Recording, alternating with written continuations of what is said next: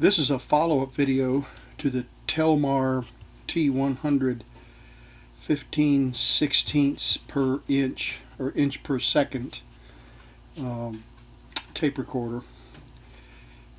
In the previous video I recapped 12, 13 capacitors in the audio and the AC bias circuit board, and they were all bad.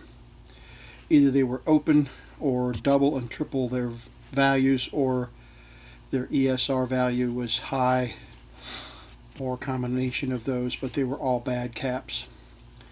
But I didn't touch the Capstan motor control board. There's a small board, as you will see, that had some capacitors on it, and it's a transistorized drive motor that gives a very stable Capstan drive. And I was still getting some warble in the previous video, vibration in the audio, and you could really pick it up on long sounds or music in particular. It would have a vibration. Couldn't get rid of it, and I don't know why I didn't think to even replace the caps on the motor control board, because all the other capacitors were bad. So a friend of mine that is a subscriber suggested that I go ahead and replace those caps, and he was absolutely right. As you will see, a significant improvement.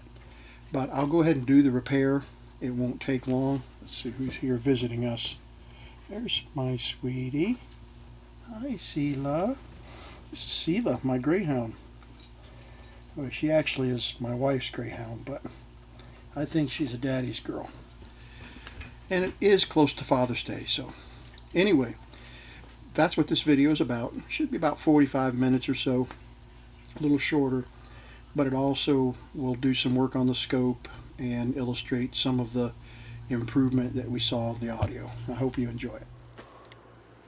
Okay, we're looking at the Telmar T-100 15/16 inch per second tape recorder. I did a video on this recently, and you may recall, if you watched that video, that the playback is less than perfect, or less than desirable. Maybe that's the best way to say it.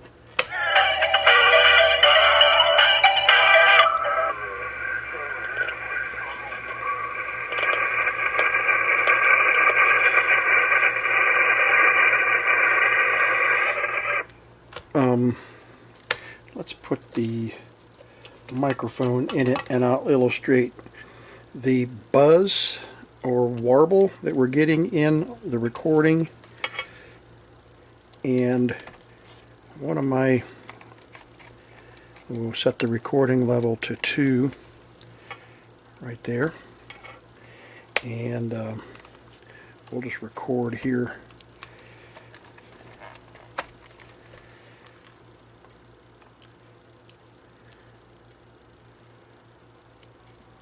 Okay, we're recording the Telmar T-100, and I'm going to hum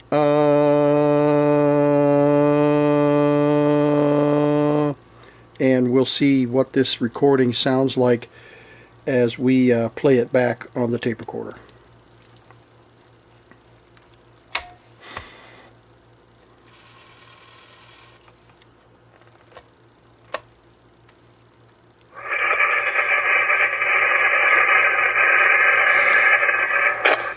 Okay, we're recording the Telmar T-100, and I'm going to hum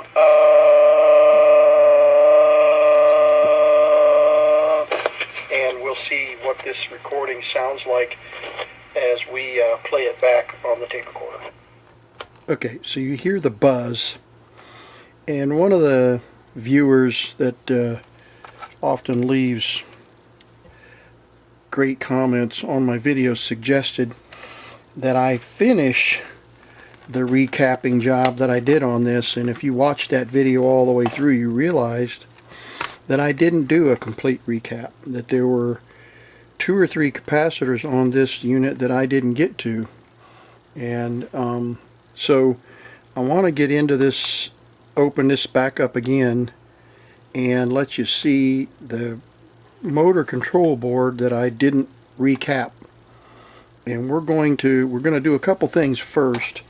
We're going to hook up the scope to the record head right here, and we're going to watch a 1 kilohertz tone being recorded on the record head, and we'll watch it on the scope, and then we'll play it back, watch it on the scope.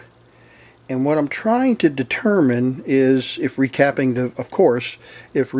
the control board does any good, but I'm also trying to discern if the buzz is coming from a mechanical vibration of the motor, a somewhat high frequency vibration in the motor and capstan roller, or if it's some kind of an electronic issue. So I hope to illustrate the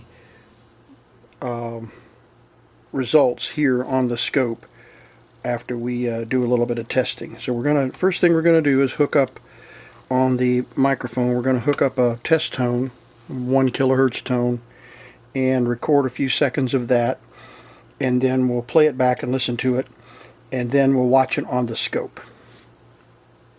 We'll listen to it on the amplifier just to confirm that we've got a tone here.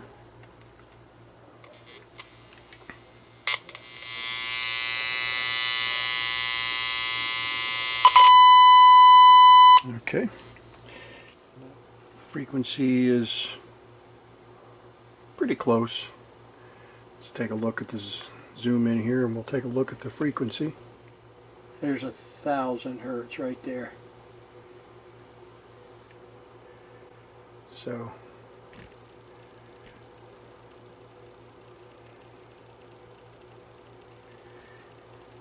it's a little bit noisy, that's why it's not triggering. And we're going to back the volume way down. Okay. Now I realize we've got a noisy environment here without using shielded cables. But we're going to do just a very coarse test here and record right on top of this. Now let's double check and make sure we got a signal. As we play it back on the tape recorder.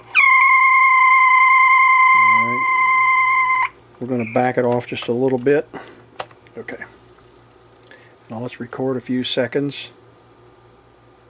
And you can hear the warble.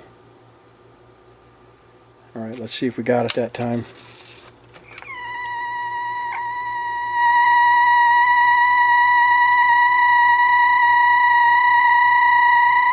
Alright, so let's rewind it. Okay. And let's watch it on the scope.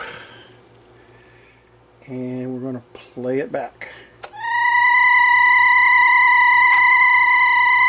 on the earphone.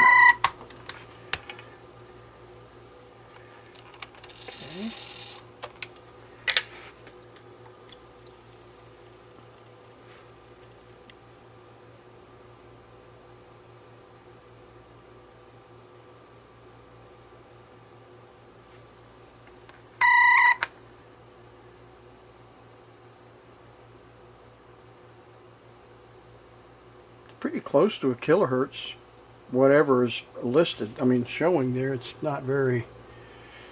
very flat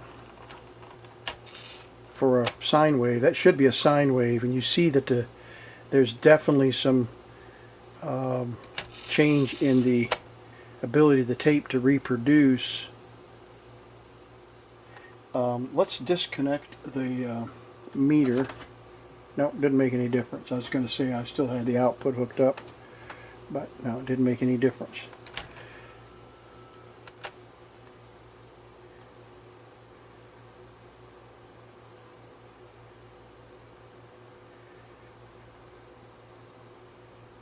Okay, that's the recorded signal, and here's what the signal should look like. Yeah.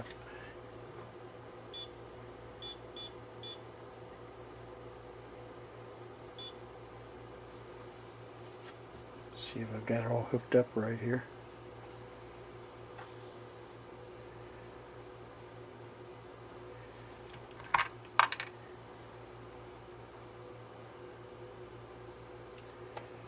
There we go.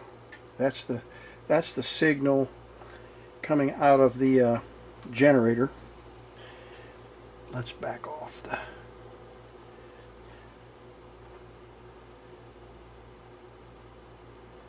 Okay. And if we record that,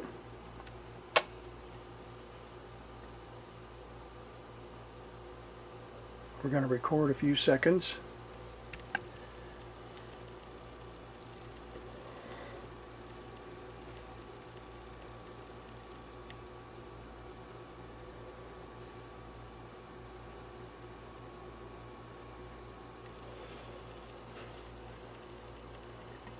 Okay, let's rewind it.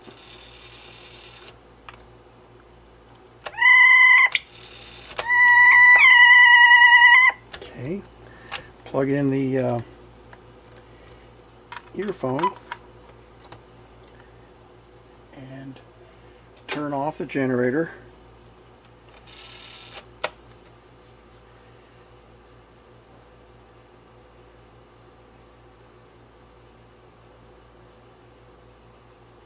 There's the last signal we just recorded.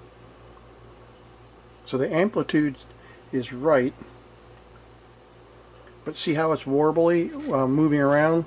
It's moving a little tighter.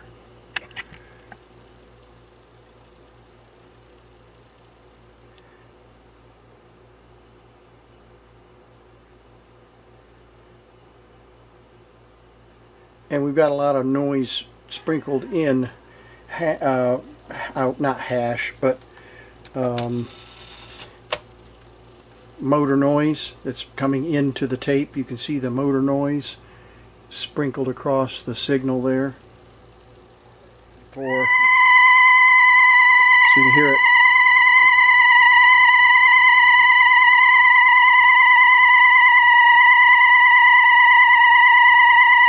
Okay, so now we've got a before and we'll do an after. I need to do an impedance matching on the speaker. The speaker, I believe, and probably the amplifier, is significantly impacting the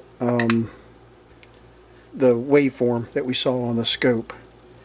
And in any case, that I'm sure is an impedance mismatch. So, but I'm more concerned about the waveform trembling like this. And so what we'll do is we'll replace those caps, and I'll open this up. We'll replace those caps in the motor speed control to see if that improves the speed any at all. And then we'll come back and do another recording. So we've got everything set up like we want for our pre-test, and then we'll do a post-test. Okay, I wanted to show you this motor control board is right here. We replaced all the caps in that last video, but this motor control board has one or two capacitors. There's one right down in there, and I don't know how much trouble it's going to be to get to it. Might be a major undertaking. I'm a little nervous about tearing something up, but we're going to get in there and get it anyway. Yeah, I see two caps. And because these capacitors are so bad, you remember if you watch that video, even the larger filter caps were like triple value, and all of the capacitors I replaced that were coupling capacitors had ESRs of 140 ohms or some in excess of that. So what we'll do is we'll pull this board off, pull it out of the way, and I think this whole transport, actually we probably could lift the entire transport out with a few of these screws here and here. and that one. And that whole transport probably will lift right out. We get the tape off. So let's do that. Let's remove the tape, and then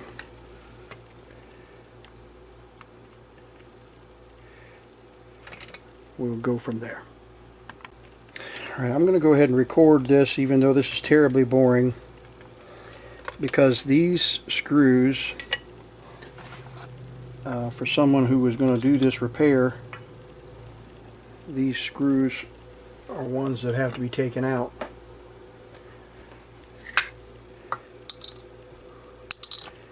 And somebody might benefit from watching the disassembly.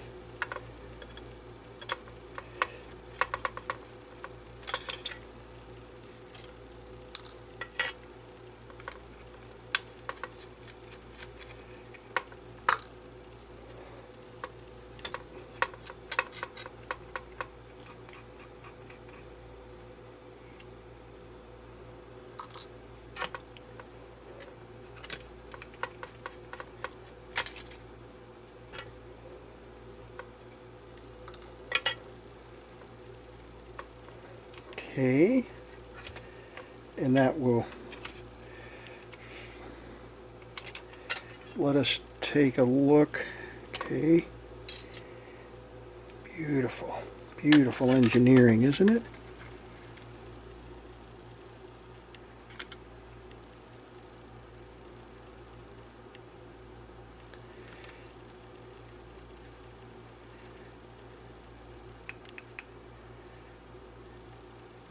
Transistor there,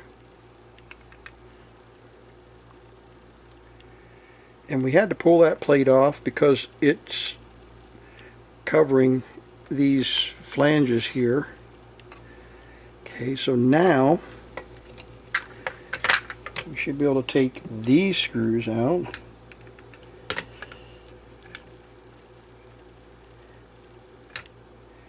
And they are not machine screws, they are what are called self-tapping plastic screws. See the notch right there?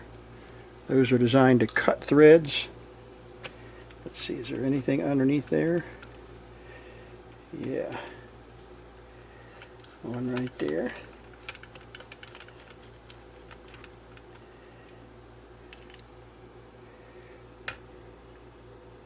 Okay. There we go.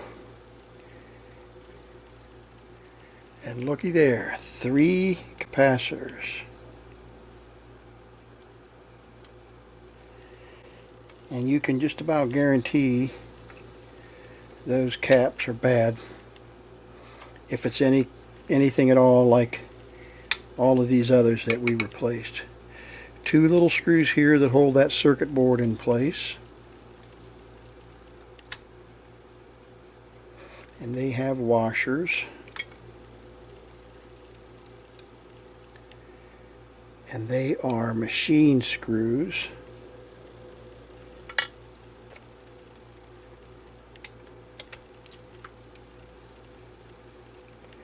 Okay.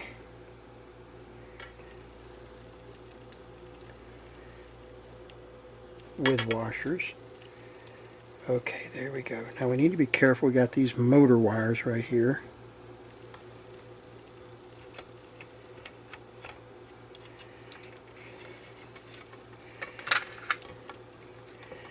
All we want to be able to do is get to the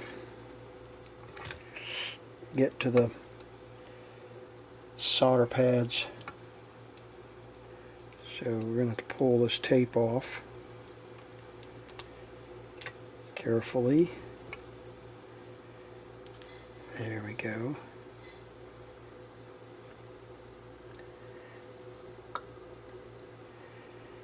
And we should be able to get to those caps pretty easily.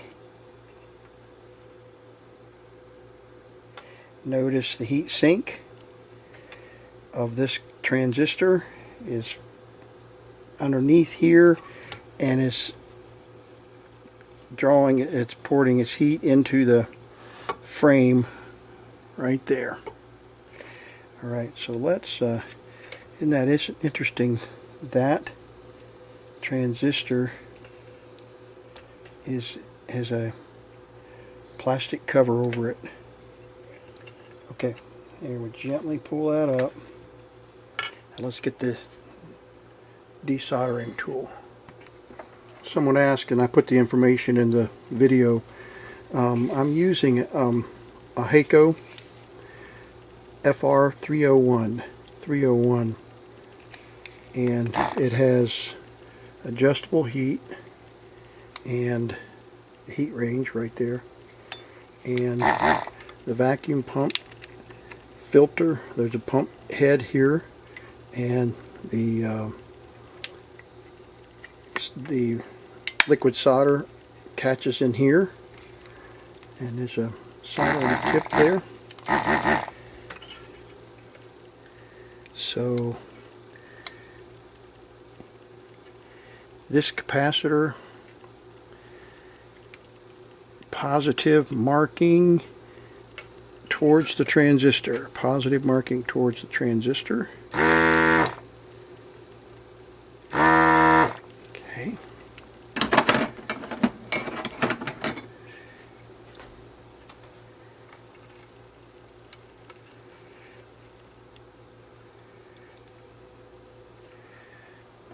Just a little bit of solder left there.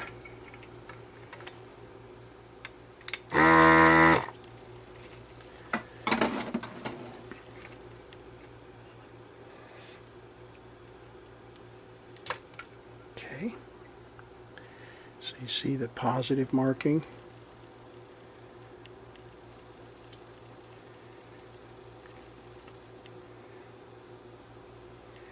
And let's check it out.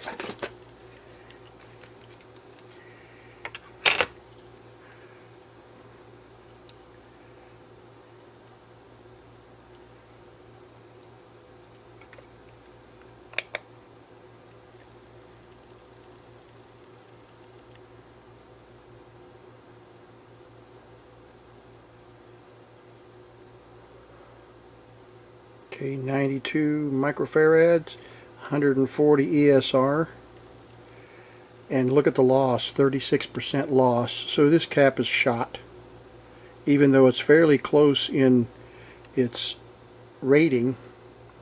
The other specs are way off. So, all right. So we'll replace that one.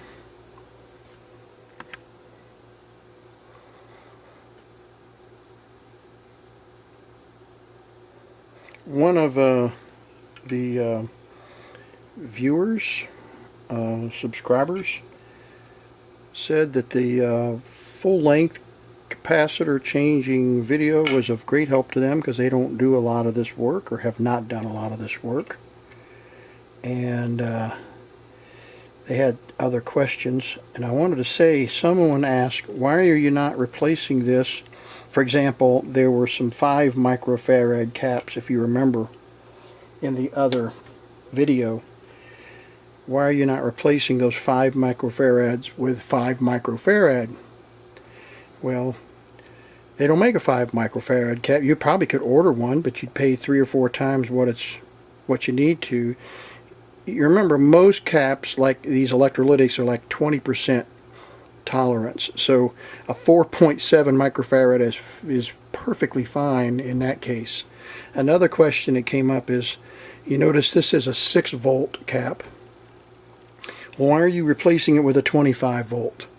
This is the amount of working voltage that this capacitor is capable of handling.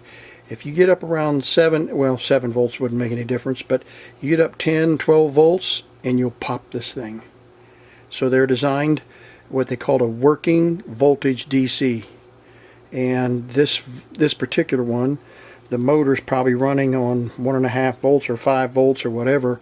So this capacitor is rated at 6 volts. I suspect that the circuit voltage is probably somewhere around 2 or 3 volts. But we're replacing it with 25 just simply because that's what I've got in stock. So you don't want to, you wouldn't want to put a, if this was 100 microfarad 50 volt, I wouldn't want to put a 100 microfarad 25 volt back. You see, you understand the difference? I know this is electronics 101 for most of you guys and gals, but not everybody knows this stuff, right? So anyway, as long as you've exceeded the working voltage value here, you're in good shape. You also need to try to, match the dimensions of the capacitor as best as you can in terms of height, because the height is going to be bumping into things after you get it reassembled. In this case, this capacitor was mounted off of the board about that high, and you can see that this is a little tall, but it's going to be okay. It's in this empty spot over here, so we're in good shape. But you try to match the height as best you can by choosing the size of the capacitor. I ran out of 100 microfarad 16 volts, which is what I would have ordinarily put in there, but I ran out of those in this kit, so I moved on down to the 100 microfarad 25 volt caps. I think the 16 volt caps are about this tall, and but anyway, that's what we're doing there. So we're replacing one bad cap, and so far, and we'll just keep right on moving here.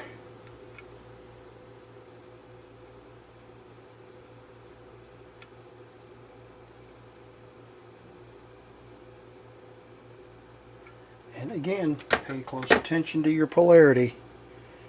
Remember, we said positive towards the transistor, towards this transistor. Another thing that I do not do on cap replacements, I do not bend these pins all the way back, and I try to make them as straight as possible, that one, in order to stay in there for the next guy, if there is a next guy, to be able to get them out. Okay, I got another 100 mic and another 100 microfarad here. They're both 6 volt. I'm going to see if I can find some shorter ones here. Where are my other caps? Oh, here they are. Let's see if we've got some 100 microfarad 16 volt. We do. Yeah, right here. 100 microfarad 16 volt. See how much smaller they are than those great big tall ones. So we need 2 more of those. And let's go ahead and pop these out one at a time, and straighten the lead out with the tip of the desoldering tool. Right, plus is pointed towards this cap we just replaced.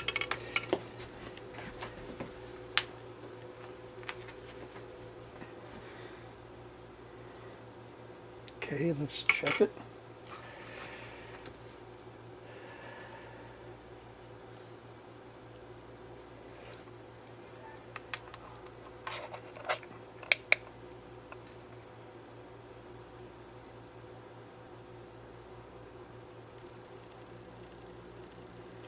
.200 microfarad, so the value doubled.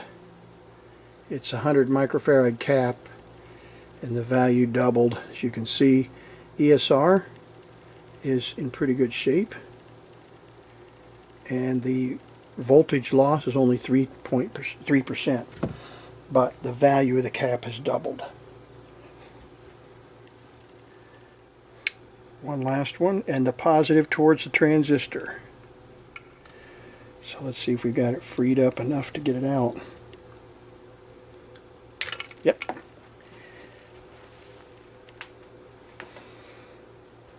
Again, 100 microfarad, 6 volt.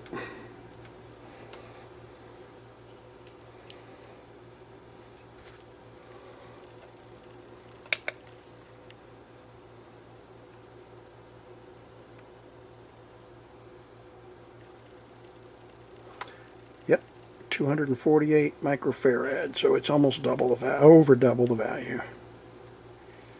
Okay. Okay, but you see the loss is 3.4% and the ESR is 1.7 ohms.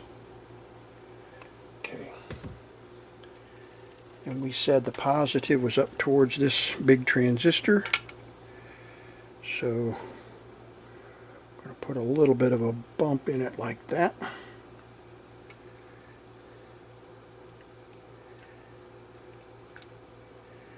There we go.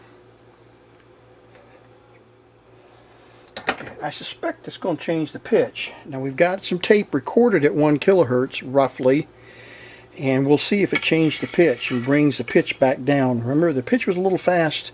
The accordion music that we played on this previous video was a little fast, and so if these changes have any impact at all, we'll know in just a few seconds, or a few minutes after we get it all put back together here. And we'll get the heat sink underneath here. There we go. And then we'll put these 2 screws. There we go. Okay, now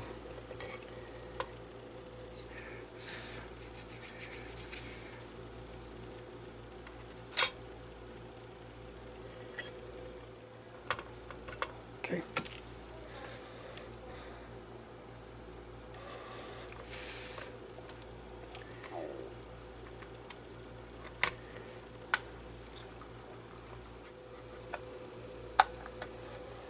I can't remember if that's the...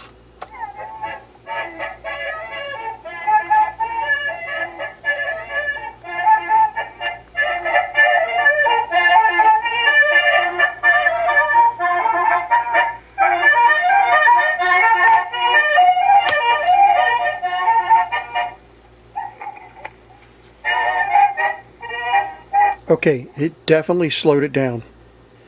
It definitely slowed the tape down from the previous recording.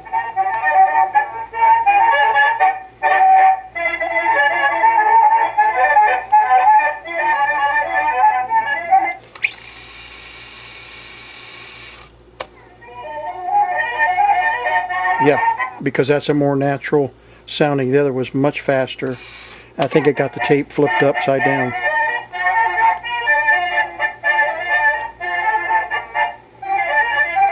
Okay, so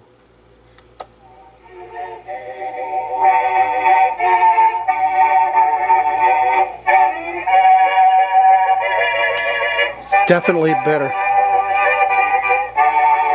Now it's going to make our talking very...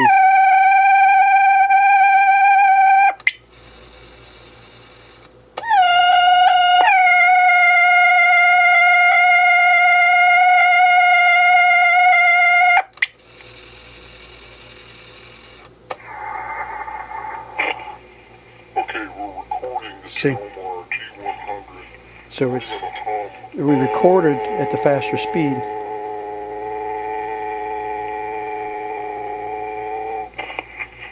we'll see what this recording sounds like as we play it back on the tape. Okay, so these caps. Now remember, that's recorded with the wobble sound. Let's go ahead and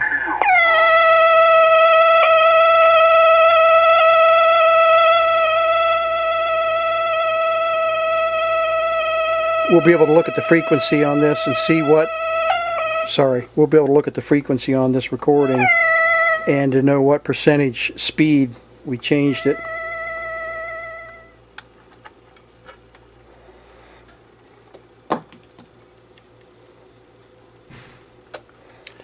Okay, we're going to record again now after replacing the caps on the speed control circuit board. We replaced 3 100 microfarad caps, and it definitely improved the speed. It slowed the tape recorder back down to where it was originally, because we can hear the accordion playing now at a proper speed.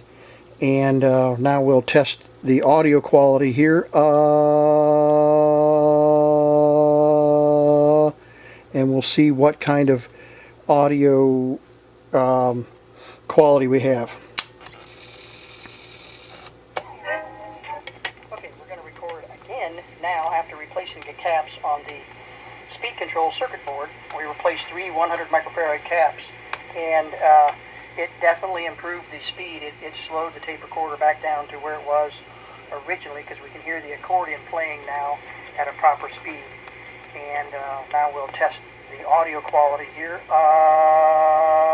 Yeah, we got rid of it. And we'll see what kind of audio quality we have. All right. I wasn't recording very loudly, so I'm going to bump it up to 2.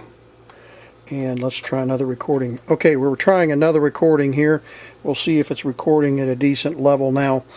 We're recording on the Telmar T-100 after replacing all of the capacitors in the tape recorder, and they definitely needed replaced. And we restored the audio, and we've now restored the pitch, the proper pitch of the tape recorder.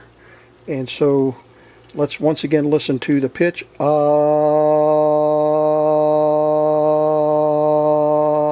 We're trying to get rid of the warble in the tape, so let's see if we're successful. And we'll see what kind of audio It's playing a little fast. quality we have. Okay, we're trying another recording here. That's better. We'll see if it's recording at a decent level now. We're recording on the Telmar T-100 after replacing all of the capacitors in the tape recorder, and they definitely needed replaced. And we restored the audio, and we've now restored the pitch, the proper pitch of the tape recorder. And so let's once again listen to the pitch. Yeah. We're trying to get rid of the warble in the tape, so let's see if we're successful. We were definitely successful. And so now what we want to do is record some music. And let's go off camera here so I can type in all my passwords and all that junk. There we go.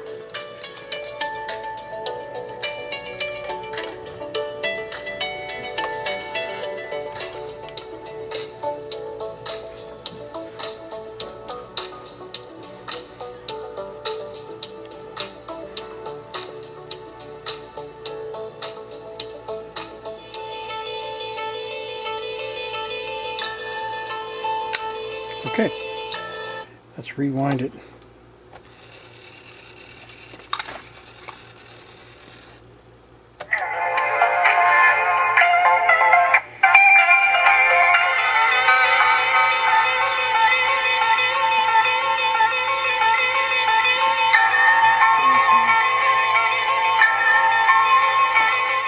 Okay, we've got it all back together. We're going to play back the tone. Remember, we had a 1 kilohertz tone, but it was a little slow because we discovered that these capacitors were bad. So we're going to play it now, and we're going to look up here at the scope and see what the frequency is.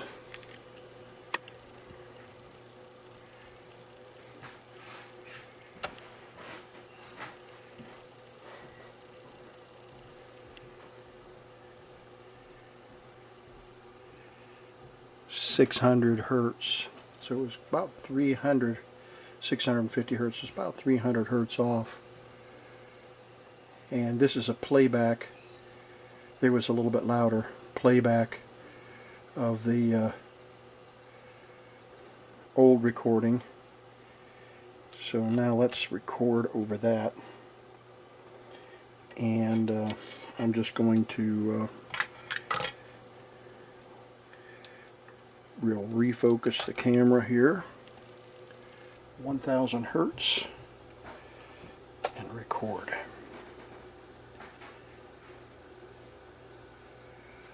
And let's make that's a sawtooth. Let's make it a sine wave. I'll just let it record here for a few seconds. Okay.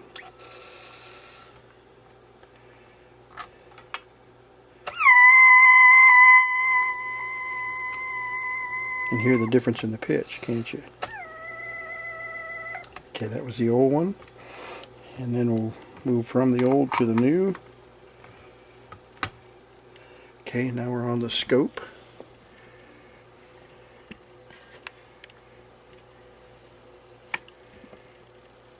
Okay, we're going to hit play.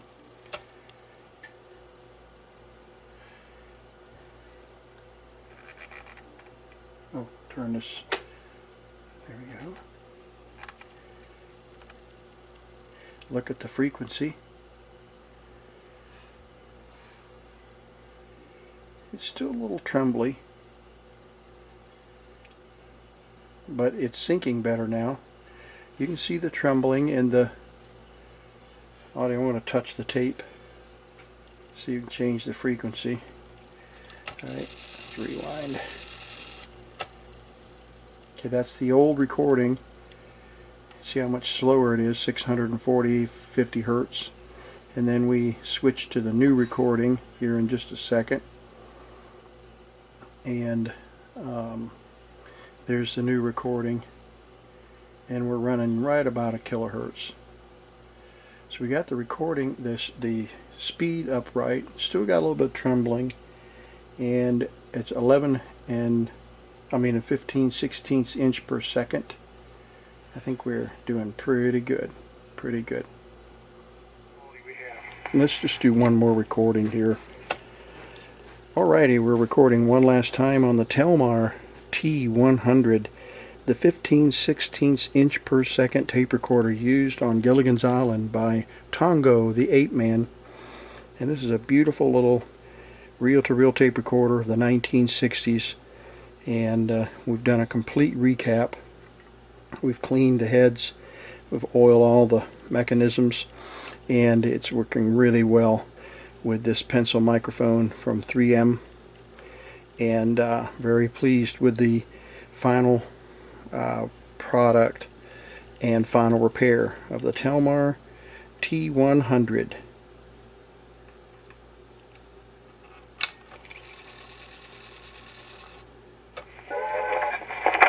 Recording one last time on the Telmar T-100, the 15/16 inch per second tape recorder used on Gilligan's Island by Tongo the Ape Man. And this is a beautiful little reel-to-reel.